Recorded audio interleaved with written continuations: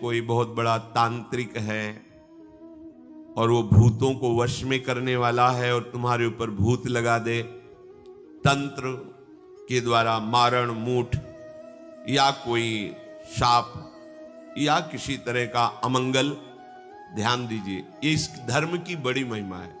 यदि आप भगवद आश्रित हैं, नाम जप कर रहे हैं, तो ना माया का कपट चलेगा, ना किसी का तंत्र तुम्हारे ऊपर चलेगा, ना किसी का कोई मारण मंत्र चलेगा, ना कोई भूतावेश तुम पर आविष्टित कर सकता है, ना किसी भी तरह की कोई विष आदि की। यदि आप सच्चे हृदय से भगवान की शरण में हो तो तुम्हारे ऊपर विष का भी प्रभाव खवाया जाएगा, विष वो हो जाएगा स्वास्थ्यवर्धक अमृत। गरल सुधा, गोस्वामी जी कह, रिपु करहि मिताई, गोपद सिंधु अनल शीतलाई। जो भगवान का आश्रित जन होता है उसको विष भी अमृत हो जाता है। अगर उससे दुश्मनी करेगा ना कोई और उसका बुरा चाहेगा, वो जितना कुप्रचार करेगा, निंदा करेगा, उतने उसका यश बढ़ेगा। अगर वो आग लगा देगा तो उसके शरीर में चंदन से भी बढ़कर शीतलता का काम आग करेगी।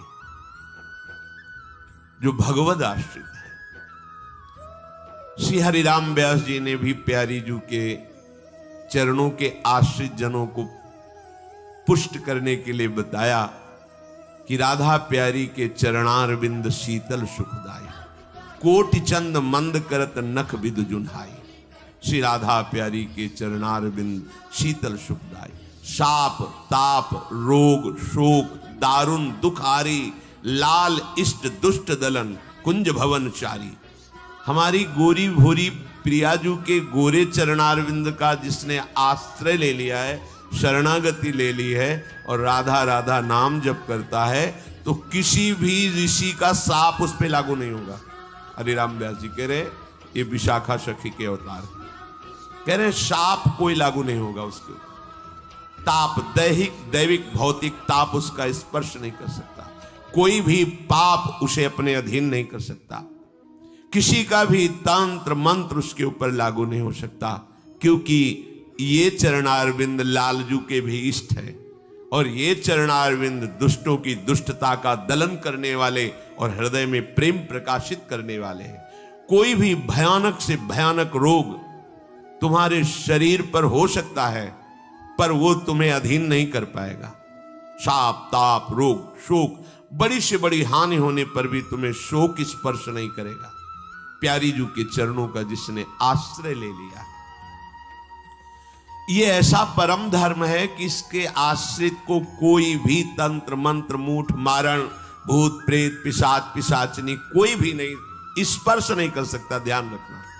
हाँ, अपना कल्याण कराने के लिए सामने आ सकता है, क्योंकि नाम जापक ही सबके कल्याण का सामर्थ्य भाव रख सकता। जो निरंतर नाम जप करता है उसमें सब सामर्थ्य आ जाती है।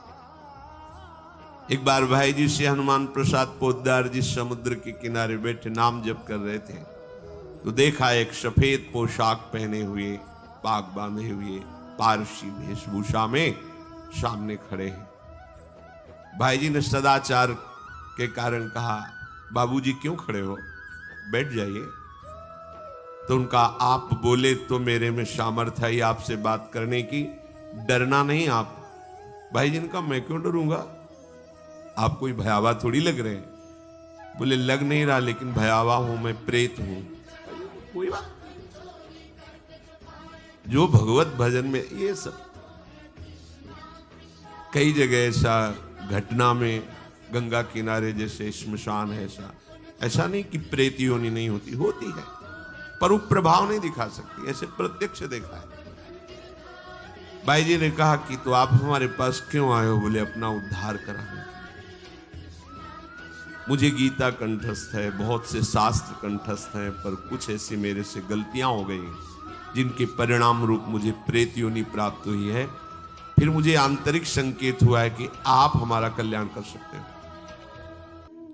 भाई जी ने कहा, तो बड़े आश्चर्य की बात है कि आपको गीता कंठस्थ है और फिर आप प्रेत योनि में।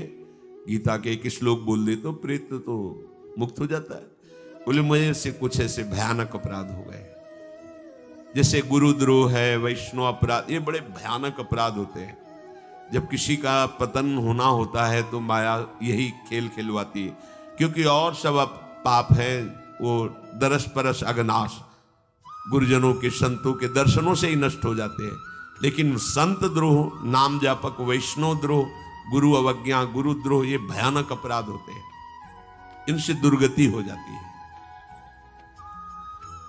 तो अपना कल्याण करने के लिए कोई ऐसा भले, नहीं तो किसी भी भक्त के सामने, भगवद आश्रित नाम जापक के सामने किसी का चेटक नहीं चलता है।